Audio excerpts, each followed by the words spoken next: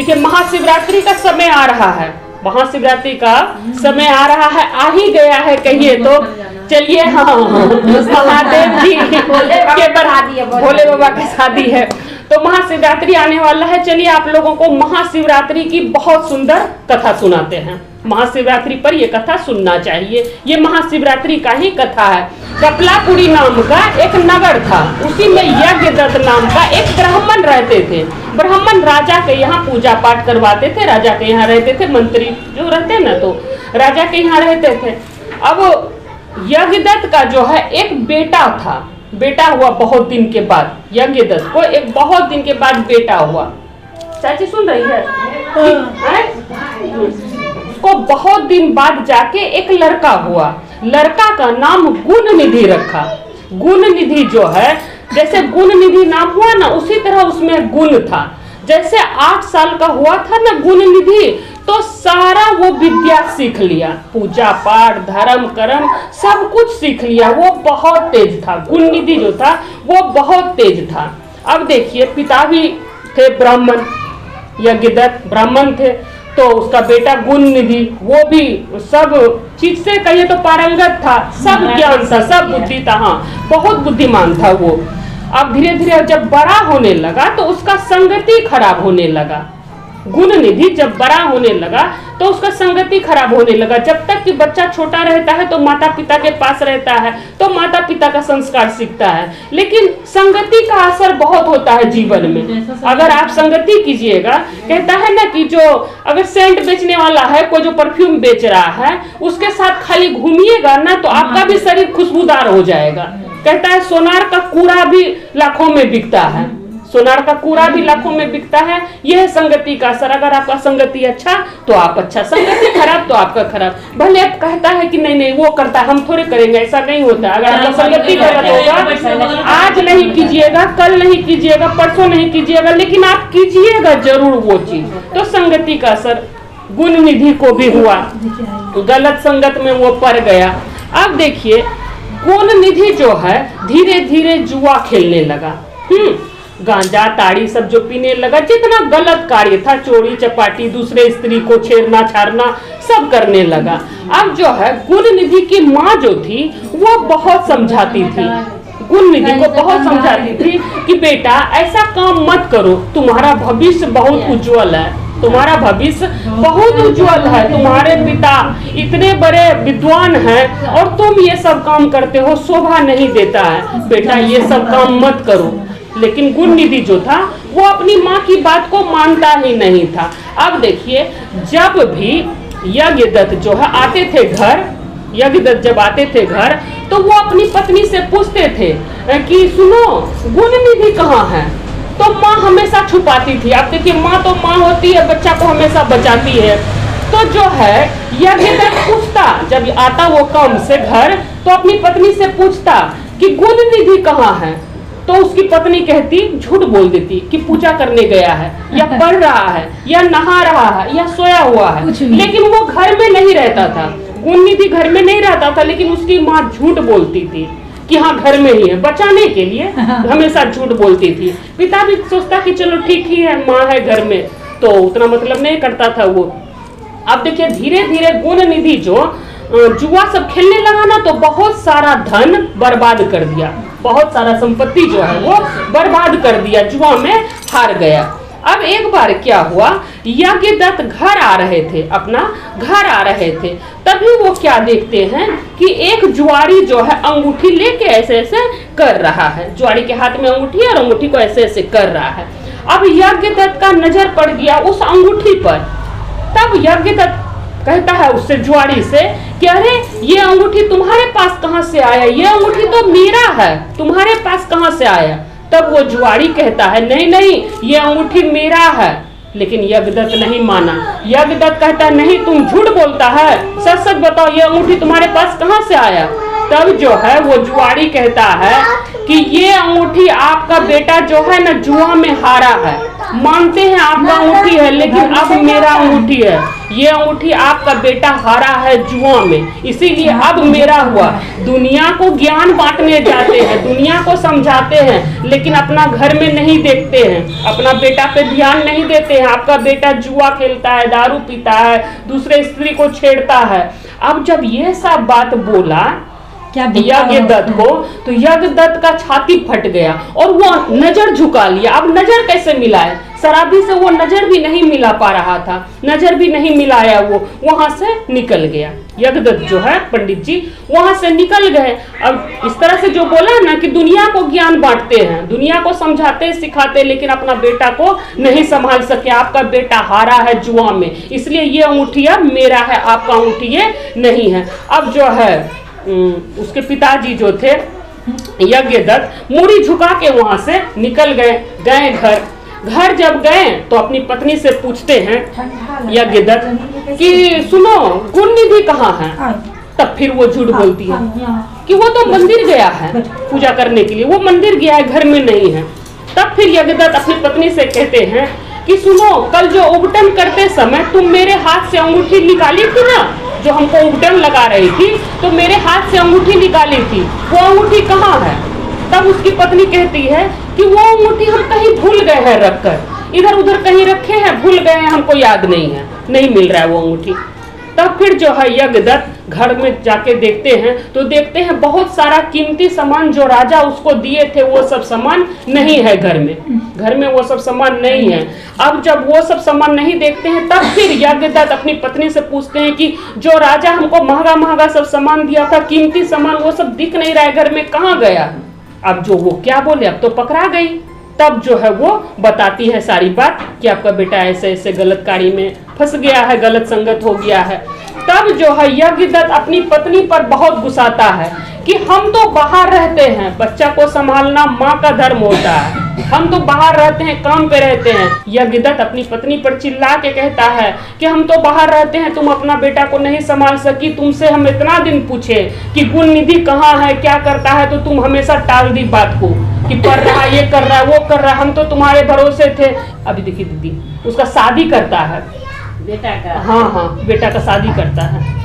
और जो हमेशा जो सिखाते थे वो बोलती थी ना कि बेटा नहीं है घर पे। अब गुण निधि जो है बड़ा हो गया, गुण निधि का भी एक उम्र हो गया, जब शादी के योग्य गुण निधि हो गया तो उसके पिताजी अच्छी सी लड़की देखकर शादी भी किए थे अपने लड़का का। हाँ पहले शादी कर दिए थे, हाँ। तो जब गुण निधि बड़ा हो गया ना तो उसकी शादी भी कर दिए थे उसके पिताजी गुण निधि का। तो गुण निधि शादीशुदा था। हाँ अपनी पत्नी को डांटते हैं कि तुमको हम बोले थे ना कि पूछते थे कि कहाँ है बेटा, तो तुम सही जवाब नहीं देती थी। आज देखो तुम्हारे वजह से घर का सारा कीमती सामान चला गया और तुम्हारा बेटा गलत कार्य में फंस गया। अब हम किसी से नजर भी नहीं मिला सकते, इसलिए हम जो है हाथ में वो जल ले लिया और बोला हम तिलंजलि देते हैं अपना बेटा को और तुमको कि तुम दोनों आज से मेरे लिए मर गया, मेरा बेटा भी मर गया और तुम भी मर गई। अब जो है जब ये सब बात गुण निधि को पता चलता है कि मेरे पिताजी हमको तिलंजलि दे दिए हैं, अब जो वो घर कैसे जाए, तिलंजलि उसका पिताजी दे दिए। तो वो जो है भूखा प्यासा गया मंदिर, शिव मंदिर गया, शिव मंदिर में जाकर बैठ गया और वो मन ही मन सोचने लगा कि जब रात होगा ना तब जो है चुरा लेंगे, मंदिर का जो सामान होगा, खाने पीने का सामान होगा तो चुरा लेंगे। ये मन में विचार करके उसका तब घर वो जा नहीं सकता था और भूखा था, उसका तो दिमाग थोड़ा खराब हो ही गया था क्योंकि वो गलत संगत में पड़ गया था। तो अब वो गया मंदिर में बैठ गया। अब देखो शिवरात्रि का दिन था, शिवरात्रि का वो दिन जो था, शिवरात्रि का जिस दिन उसके पिताजी तिलंजलि उसको दिए थे वो दिन शिवरात्रि का था। तो वो गया और मंदिर में जाके बैठ गया। जब मंदिर में वो बैठ गया तो मंदिर में भजन कीर्तन हो रहा था, वहां पर भजन कीर्तन कर रहा था। अब भजन कीर्तन हो रहा है, भीड़ है, तो वो क्या कर सकता था, वो भी मंदिर में बैठ गया और भजन कीर्तन सुनने लगा। आदमी सब आ रहा है, पूजा पाठ कर रहा है। अब वो रात होने का इंतजार करने लगा, जब रात होगा ना तो मंदिर में जो होगा चुरा के भाग जाएंगे, प्रसाद चुरा के ले लेंगे, खा लेंगे और भाग जाएंगे, सर सामान लेके भाग जाएंगे। अब देखिए क्या हुआ, धीरे धीरे रात हुआ।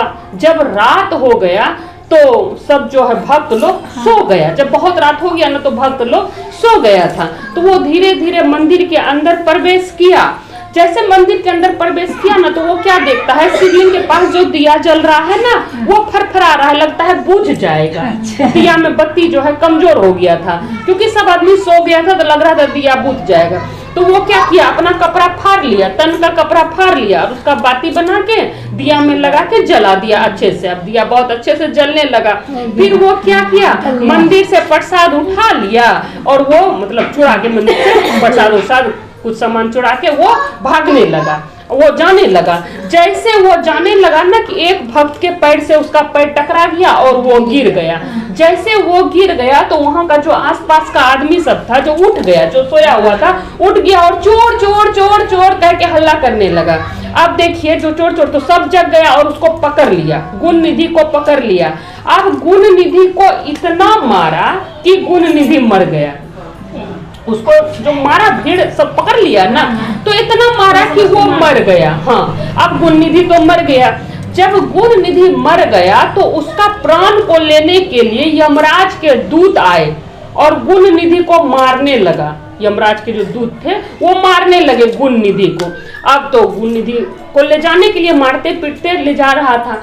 तभी देखिए शिव जी जो है, महादेव जी अपने पार्षद से कहते हैं, महादेव अपने पार्षद से कहते हैं कि सुनो, तुम जाओ और गुण निधि का प्राण लेकर यहाँ आओ, गुण निधि को लेकर यहाँ आओ, उसको मेरे चरणों में जगह मिलेगा, वो शिवधाम के वासी बनेगा, उसको शिवधाम में जगह मिलेगा। तब शिव के पार्षद उससे पूछता है कि प्रभु उसको यहाँ क्यों जगह मिलेगा, वो जीवन में अच्छा काम क्या किया है? कोई तो अच्छा काम किया नहीं है, कभी कुछ नहीं किया, ना माता पिता का कहना माना है, दूसरे स्त्री को देखता था, शराब पीता था, चोरी चकारी करता था, जीवन में तो कुछ अच्छा काम नहीं किया है, फिर उसको शिवधाम में जगह कैसे मिलेगा? शिव जी के पार्षद पूछते हैं। तब शिव जी कहते हैं कि वो जो है गुण निधि, तब शिव जी कहते हैं पार्षद से, अपने पार्षद से कि गुण निधि महाशिवरात्रि के दिन बैठकर मेरा पूरा पूजा देखा है, मेरे कथा को श्रवण किया है। हाँ, जब मेरा दिया बुझ रहा था तो अपना कपड़ा फाड़ कर वो दिया जलाया है, इसलिए उसका सारा पाप मिट गया। अब वो शिवधाम आएगा, इसीलिए उसको इसीलिए उसको तार देंगे पूरा पाप उसका सोचो धुल गया। तब शिव जी उससे कहते अपने पार्षद से उसको लेके आओ, उसको शिवधाम में जगह मिलेगा। तब शिव के पार्षद आए लेने के लिए। तो यहाँ क्या देख रहे हैं शिव के पार्षद कि यमदूत के जो गण थे, यम लोग, वो मारपीट रहा था गुण निधि को। तब शिव के पार्षद कहते हैं यमराज के गण से कि इसको छोड़ दो, इसको मेरे हवाले कर दो, इसको हम लोग शिवधाम लेके जाएंगे। तब वही बात यमराज का गण कहता है कि हम तो इसको छोड़ देंगे, प्रभु जो बोले हैं वो तो पालन करना ही होगा, लेकिन ये किया क्या है समझ में नहीं रहा, आज तक तो ये कभी कुछ अच्छा काम किया नहीं है।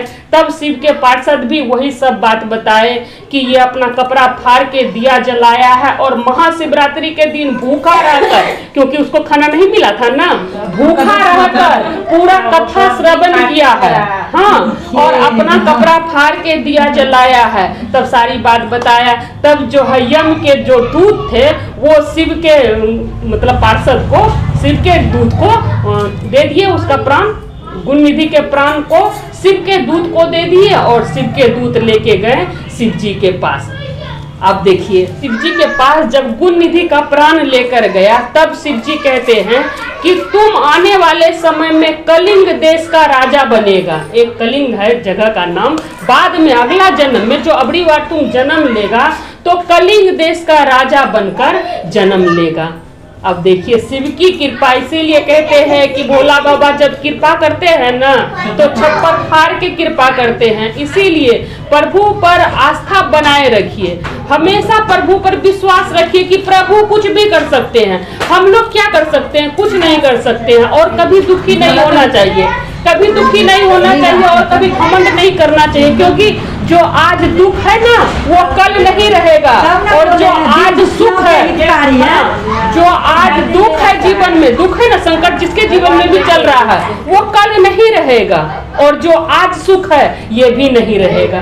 तो दुखी होने की तो कोई बात ही नहीं है। प्रभु से प्रेम कीजिए, प्रभु को, शिव को अपना गुरु बनाइए, हाँ, और शिव का ध्यान कीजिए। पूरा जीवन महादेव का माया देखिए, एक दिन में उसको कैसा बदल पूरा जीवन, पूरा दुनिया उसके लिए वो हो गया था, लेकिन उसको अपने हाथी कर लिया। तो यही है प्रभु की कृपा।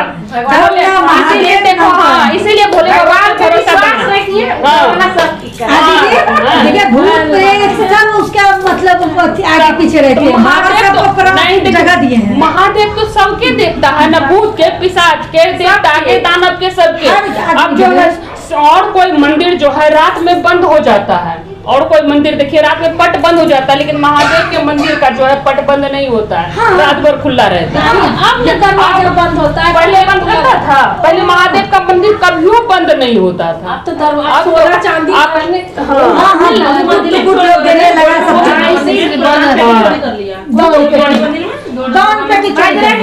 चोरी किया या चोरी कर लेता है। लेकिन महादेव जी का मंदिर में कभी नहीं लगता था ताला, और अब तो समय बदल रहा है। महादेव है, इसीलिए जो है प्रभु सब पर कृपा करेंगे, प्रभु पर आस्था बनाए रखिए। शिव गुरु है ना, सबका दुख दूर करेंगे। तो सबको ये हर हर महादेव, माता पार्वती की जय।